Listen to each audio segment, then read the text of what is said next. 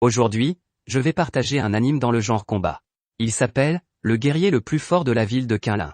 Le protagoniste de l'histoire est la personne la plus incompétente de toute la ville. En termes de conditions physiques, il ne peut même pas battre un lapin.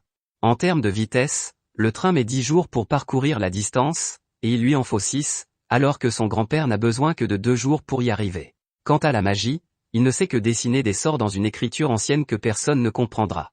Un tel Nabo est devenu le plus puissant des guerriers après avoir quitté la ville. Il est capable de lancer des sorts destructeurs depuis qu'il maîtrise l'écriture ancienne. Même les monstres les plus dangereux peuvent être facilement vaincus.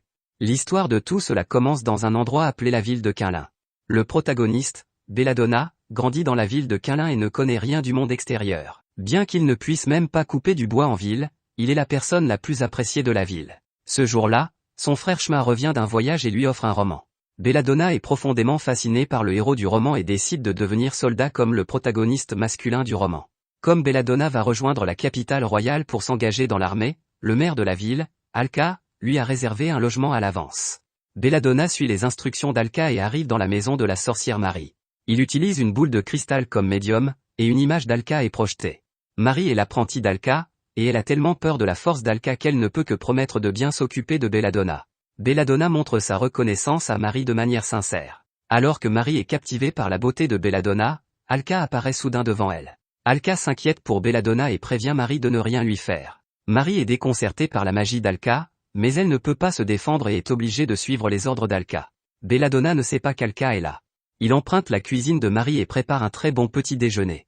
Marie pense à l'école de sous-officiers et demande à Belladonna pourquoi il veut entrer dans l'armée. Belladonna explique à Marie que son idole est un héros de roman. Il est attiré par la grande force de son idole et veut devenir un soldat comme lui. Bien qu'il soit faible, il veut travailler dur pour réaliser ses rêves. Marie entend l'histoire de Belladonna, mais elle ne peut pas imaginer qu'il a une si grande méconnaissance de lui-même. Belladonna est non seulement physiquement capable, mais il utilise aussi la magie, il ne peut donc pas être un déchet. Marie suggère que Belladonna commence dès demain à apprendre le bon sens, afin qu'il sache à quel point il est doué. C'est la première fois que Belladonna vient en ville et, après avoir mangé, il sort de la maison. Lorsqu'il découvre qu'un monstre malmène une fille, il le chasse de la ville. Belladonna sauve la jeune fille nommée Emma et essuie délicatement les taches sur son visage. Mais ce qu'il ne sait pas, c'est que Emma porte une malédiction depuis son enfance, et que la ceinture sur son visage ne pourra jamais être enlevée. Mais après avoir été touchée par Belladonna, sa malédiction disparaît miraculeusement.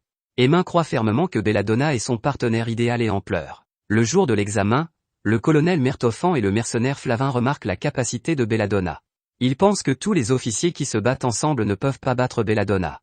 Marie et Alka gardent également un œil sur Belladonna. Bien que Belladonna se sente toujours faible, il est né dans la ville de Kunlun, le berceau des anciens héros. Même s'il est la personne la plus faible de la ville, en tant que descendant de héros, il sera le plus puissant après avoir quitté la ville. Mais il ne s'attendait pas à ce que Belladonna échoue. La défaite est un coup dur pour Belladonna.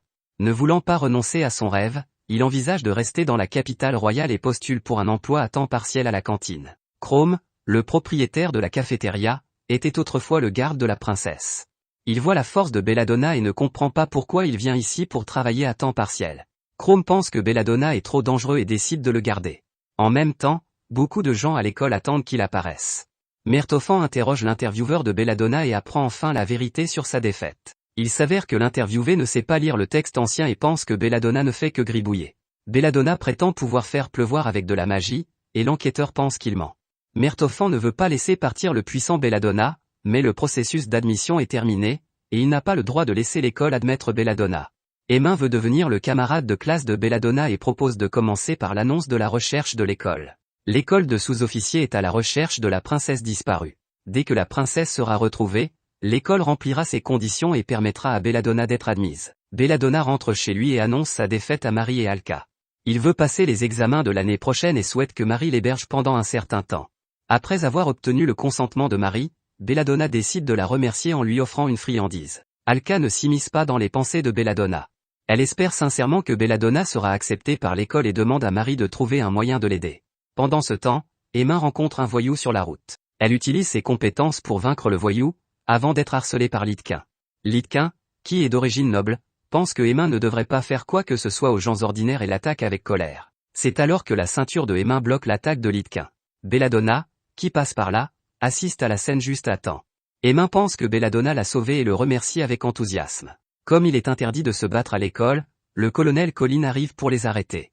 Colin a entendu parler de Belladonna et est curieux de connaître sa force.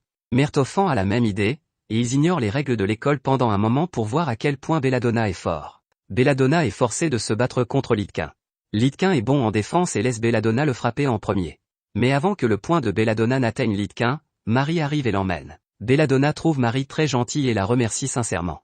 Chrome reconnaît alors la magie de Marie et veut lui parler en privé. La vérité est révélée et il s'avère que Marie est la princesse disparue. Son pays est en proie à des troubles civils, et le roi est manipulé par des personnes qui agissent dans l'ombre, et son tempérament change radicalement. Chrome a secrètement recherché la princesse pendant toutes ces années et a enquêté sur la cause du changement de personnalité du roi. Marie est celle qui comprend le mieux Chrome, et elle enquête secrètement sur la vérité depuis 2 ans. Malheureusement, ni Chrome ni Marie ne parviennent à découvrir qui est derrière tout cela. Le prochain sommet est une grande opportunité pour eux, et Marie pense que le cerveau qui se cache dans les coulisses va déclencher une guerre lors de la conférence, et qu'ils découvriront alors qui il est vraiment. Hémin et Flavin se rendent ensuite au magasin de Marie à la recherche de Belladonna et de la princesse disparue. Ils veulent acheter les nouvelles de la princesse, car Marie est un informateur bien connu en ville. Contre toute attente, Belladonna se trouve dans la boutique de Marie. Hémin dit que trouver la princesse permettra à Belladonna d'entrer à l'école et demande à Marie de les aider.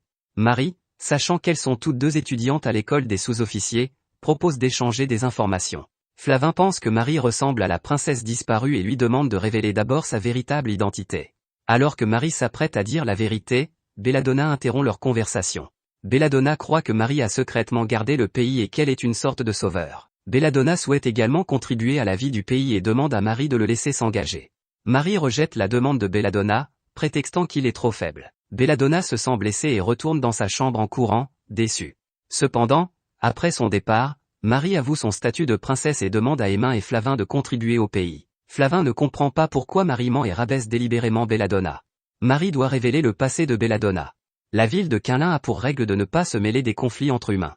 Si Belladonna enfreint cette règle, il sera ramené à la ville et ne pourra plus réaliser ses rêves. Marie sait très bien à quel point Belladonna veut devenir soldat et ne veut pas qu'il soit impliqué dans ses querelles intestines. À la demande de Marie, Hémin et Flavin décident d'aider la famille royale. Peu après, Chrome retrouve Myrtophant, le meurtrier qui poursuit secrètement la princesse. Le pays de Myrtophant a connu une grande famine il y a plusieurs années, et les réserves de nourriture ont été volées par les pays voisins. Depuis, Myrtophant veut se venger de ses voisins. Marie et Chrome pensent que Myrtophant est derrière tout cela. En fait, Myrtophant n'est qu'une marionnette du Seigneur des démons. Le Seigneur des démons fait délibérément piller Myrtophant par les gens afin d'utiliser leur haine pour déclencher une guerre. Maintenant, il manipule Myrtophant pour atteindre ses objectifs et possède le roi. Marie ne sait pas qui est le Seigneur des démons, et la seule chose dont elle est sûre, c'est que son élimination rétablira la paix dans le pays. Mais au moment où Marie lance l'attaque, elle aperçoit l'ombre de son père chez l'adversaire. Distraite, Marie est vaincue par Daemon Lore, mais elle ne veut pas abandonner et insiste pour se battre jusqu'à la dernière minute. Daemon Lore pense que Marie n'est pas de taille à lutter contre lui et révèle son identité, affirmant qu'il détruira tous les humains. Marie découvre l'identité de Daemon Lore et regrette de ne pas avoir demandé l'aide de Belladonna. Parce que Daemon Lore n'est pas humain, Belladonna n'enfreindra pas les conventions de la ville. Marie veut demander de l'aide à Belladonna et à Alka, mais choisit précipitamment de s'enfuir. Avec l'arrivée de Daemon Lore, il y a beaucoup de monstres dans les rues. Belladonna rencontre Liedquin en détruisant des monstres. Liedquin ne sait pas comment combattre le monstre et se cache dans la peur. Belladonna rassure Liedquin, et le soldat qu'il a imaginé s'élance courageusement vers l'avant, quelle que soit la difficulté. Grâce aux encouragements de Belladonna, Liedquin surmonte sa peur et détruit le monstre. Plus tard, Belladonna rencontre Myrtophant qui se transforme en monstre. Il confond Myrtophant avec un jeu de rôle et l'accuse avec colère de ses actes. Belladonna pense que les soldats sont des défenseurs de la paix, mais Myrtophant ne joue pas seulement à des jeux de rôle, il est aussi ivre et fou. Lorsque Myrtophant attaque Belladonna, il l'anéantit du bout des doigts. C'est alors que Marie tombe sur Belladonna et l'embrasse avec enthousiasme. Comme Belladonna ne comprend pas que Daemon Lore est aussi en train de faire un jeu de rôle, Marie lui demande d'utiliser la magie pour effacer les taches sur le visage de Daemon Lore. Face à la puissante Belladonna, le Seigneur Démon ne peut absolument pas se défendre. Après l'élimination du Seigneur Démon, la famille royale survit à la crise sans encombre. Chrome retourne à la garde et Myrtophant est envoyé dans la lointaine ville de Quinlin. Avec l'aide de Liedquin, Belladonna est admis à l'école des sous-officiers. Après s'être inscrit, Belladonna apprend d'abord la magie. Comme l'école des sous-officiers et l'école de magie sont sur le point d'organiser un concours d'échange, chacun se prépare sérieusement. Quelques jours plus tard, Roll, le directeur de l'école de magie, vient visiter l'école. Roll et Flavin sont d'anciens camarades de classe. Mais pour une raison inconnue, Flavin semble détester Roll. Belladonna s'inquiète de la situation de Flavin mais ne sait pas comment l'aider. À la suggestion de Marie, Belladonna invite Flavin à sortir avec elle. Flavin raconte à Belladonna qu'elle a rencontré Roll dans un orphelinat.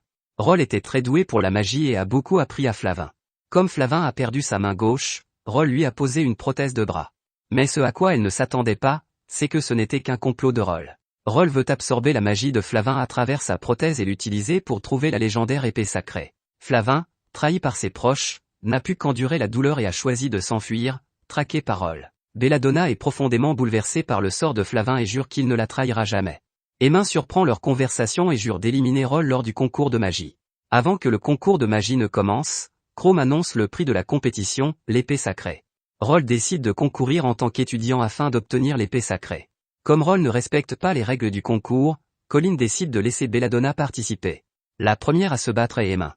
Cependant, comme elle utilise des armes, elle a violé les règles du jeu selon lesquelles seule la magie peut être utilisée. La deuxième à jouer est Belladonna. Face à la grande force de Belladonna, la magie est perdue, et il gagne facilement la partie. La dernière à apparaître est Flavin. Elle attire délibérément Roll pour qu'il retire sa prothèse de bras, puis lance une attaque lorsque Roll ne fait pas attention. Bien que Roll ait perdu contre Flavin, elle refuse d'abandonner Holysworth. Roll a grandi dans un orphelinat et son rêve est de devenir absolument forte. Après avoir appris que l'épée sacrée avait le pouvoir de dominer le monde, Roll devient avide. Parce que l'épée sacrée a été découverte par Marie, Roll veut la courtiser. Elle demande à son subordonné Philo de la menacer en s'emparant des biens les plus précieux de Marie. Comme Belladonna, Philo a de la magie dans le cœur et manque de bon sens. Elle découvre que Marie est en admiration devant la boule de cristal et en profite pour la voler en laissant une lettre derrière elle. Belladonna voit la lettre laissée par Philo. Il comprend que l'autre partie a pris Marie et la chasse. Philo pense que Belladonna est un bon adversaire et s'enthousiasme à l'idée de se mesurer à lui. Bien que Philo ait perdu contre Belladonna, celle-ci s'intéresse à lui et le demande en mariage. Belladonna est impatiente de savoir où va Marie et ne prête pas attention aux paroles de Philo. Cependant, Philo ne capture pas Marie, qui se rend à l'épicerie parce qu'elle a faim. Pendant ce temps, Alka arrive à la résidence de Roll à l'aide d'une boule de cristal. Elle ne s'attend pas à ce que Roll obtienne la boule de cristal et l'assomme de colère. Après cela, l'épée est incluse dans le trésor du château. Roll est admis à l'hôpital et soigné par la magie pour éliminer les mauvaises pensées dans son cœur. Une semaine plus tard, Belladonna inaugure le jour de congé de l'école. Sur la recommandation de Chrome, il se rend dans un hôtel pour un emploi à temps partiel de courte durée. Le directeur confie à Belladonna une tâche très importante, l'accueil des clients. Le premier client de Belladonna est un noble comte, mais le directeur pense que le comte est une personne tatillonne et pénible. Contre toute attente, Belladonna discute très bien avec le comte et gagne facilement ses faveurs. Belladonna reçoit alors Flavin en vacances et lui organise un massage. Alors que l'atmosphère devient de plus en plus pesante, un événement inattendu se produit. Litquin s'évanouit dans la piscine pour des raisons inconnues, mais il doit se rendre à un rendez-vous à l'aveugle aujourd'hui. Le comte, en tant que père de Litquin, demande à Belladonna de rencontrer la femme à sa place. Belladonna arrive au restaurant et découvre que l'inconnu de Litquin est Emma. Emma aime beaucoup Belladonna et l'accueille chaleureusement. Belladonna veut enquêter sur la vérité car il y a eu de nombreux cas de coma dans cet hôtel. Pour ne pas éveiller les soupçons, Emma propose de faire des recherches au nom de la rencontre. Belladonna pense que c'est une bonne idée et accepte de sortir avec Emma. Au cours de ce rendez-vous, Emma trouve le courage d'avouer à Belladonna qu'elle est porteuse d'une malédiction depuis son enfance et a essayé toutes sortes de moyens pour la résoudre. Sans Belladonna, elle n'aurait jamais pu se débarrasser de la malédiction qui pèse sur sa vie. Cependant, Belladonna se sent très incompétent et son entourage s'occupe toujours d'elle. Emma se précipite pour réconforter Belladonna qui, sans le savoir, a aidé de nombreuses personnes. Ensuite, l'hôtel est attaqué par les esprits des arbres. L'esprit de l'arbre est le secrétaire du comte. Le secrétaire déteste le comte arrogant. Afin de priver le comte de sa noblesse, le secrétaire plante les graines du seigneur démon sur lui-même et cultive illégalement des esprits d'arbres. Le groupe de protagonistes apprend la nouvelle et se précipite à l'hôtel. Belladonna détruit la graine de démon lors de ses propres mains, battant ainsi le secrétaire. Dans le nouvel épisode de l'histoire, le roi révèle une mission pour combattre le serpent. Belladonna a un sens aigu de la mission et insiste pour contribuer au pays. La rumeur dit que le serpent se trouve au fond du labyrinthe et Marie, craignant que Belladonna ne soit en danger, est la première à s'y précipiter. Mais elle ne s'attendait pas à rencontrer ici la fille aînée de Belladonna. Cette dernière est parasitée par les dryades et devient très effrayante. Elle est profondément amoureuse de Marie et pense que Belladonna a volé Marie et veut se venger. Belladonna trouve Marie piégée et se bat avec la fille aînée. Cette dernière, très rancunière, veut vaincre Belladonna de ses propres mains. Contre toute attente, Belladonna est déterminée et jette directement la fille aînée hors du labyrinthe. Le serpent endormi est réveillé par Belladonna et le salue affectueusement. Le grand serpent est la bête tutélaire de la ville de Quinlin, et il fuit la ville avec colère parce qu'Alka l'a dépouillé de sa peau de serpent. L'apparition du grand serpent attire l'attention d'un homme mystérieux. Il convoite l'énorme énergie du grand serpent et l'attaque. Alka reconnaît l'homme mystérieux comme étant son ami Sue. Elle ne comprend pas pourquoi il est là et lui ordonne précipitamment d'arrêter de blesser le grand serpent. Sue ignore Alka et frappe lourdement le serpent. Le serpent est si gravement blessé qu'il ne peut posséder que temporairement la ceinture de Emma. Il s'avère que la ceinture de Emma est faite de la peau du serpent et qu'elle a été vendue accidentellement par Alka. Afin de ramener le serpent à la vie, le groupe de protagonistes prend la route vers la ville de Quinlin. Cette ville mystérieuse est encore plus intéressante que ce qu'ils avaient imaginé, et ils sont choqués.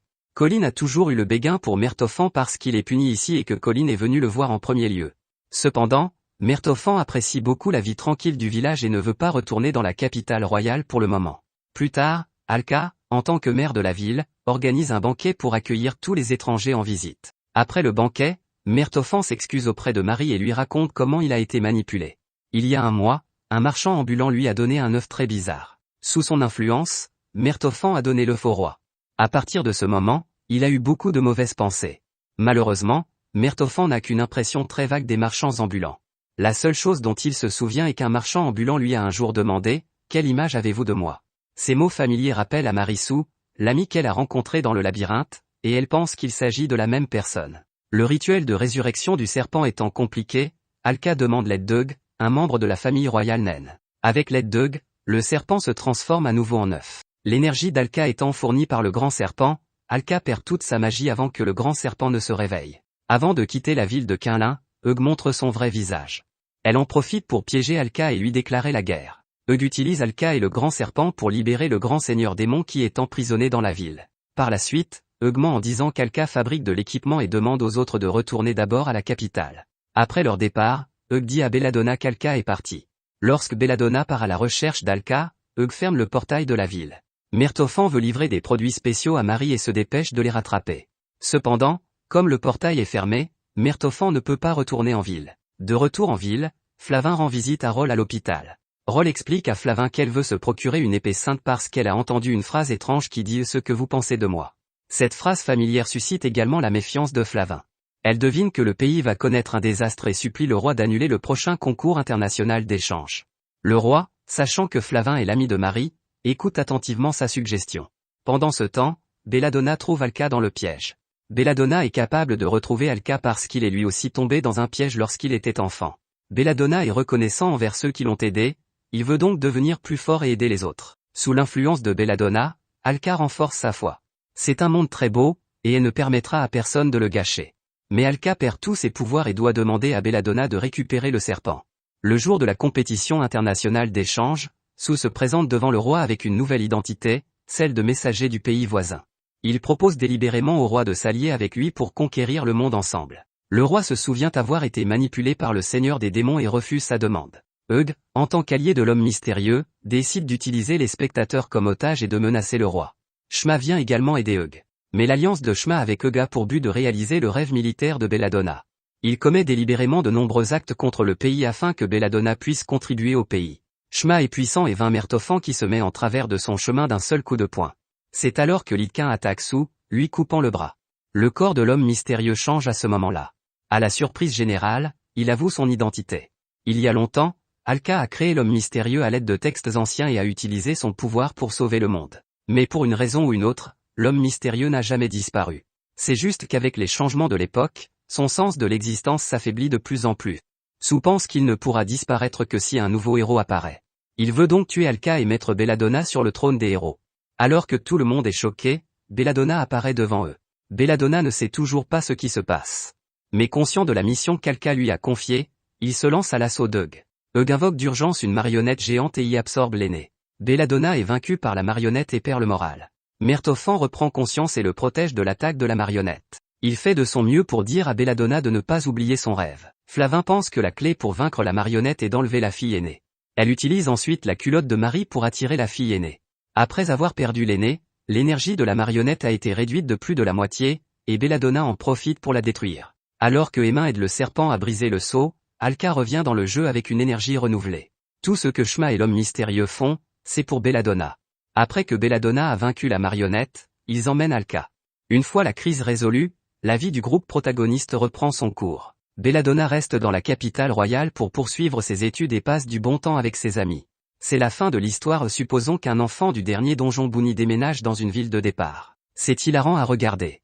Son titre implique que le protagoniste ne connaît pas sa propre force, ce qui entraîne une série d'incidents amusants. Bien que Belladonna soit la personne la plus faible de toute la ville, personne à l'extérieur ne peut le battre. Le personnage de Belladonna est très enviable. En plus de sa grande force, il est également admiré par de nombreuses filles. Je ne pense pas qu'il y ait quelqu'un qui ne veuille pas être un gagnant comme Belladonna, n'est-ce pas?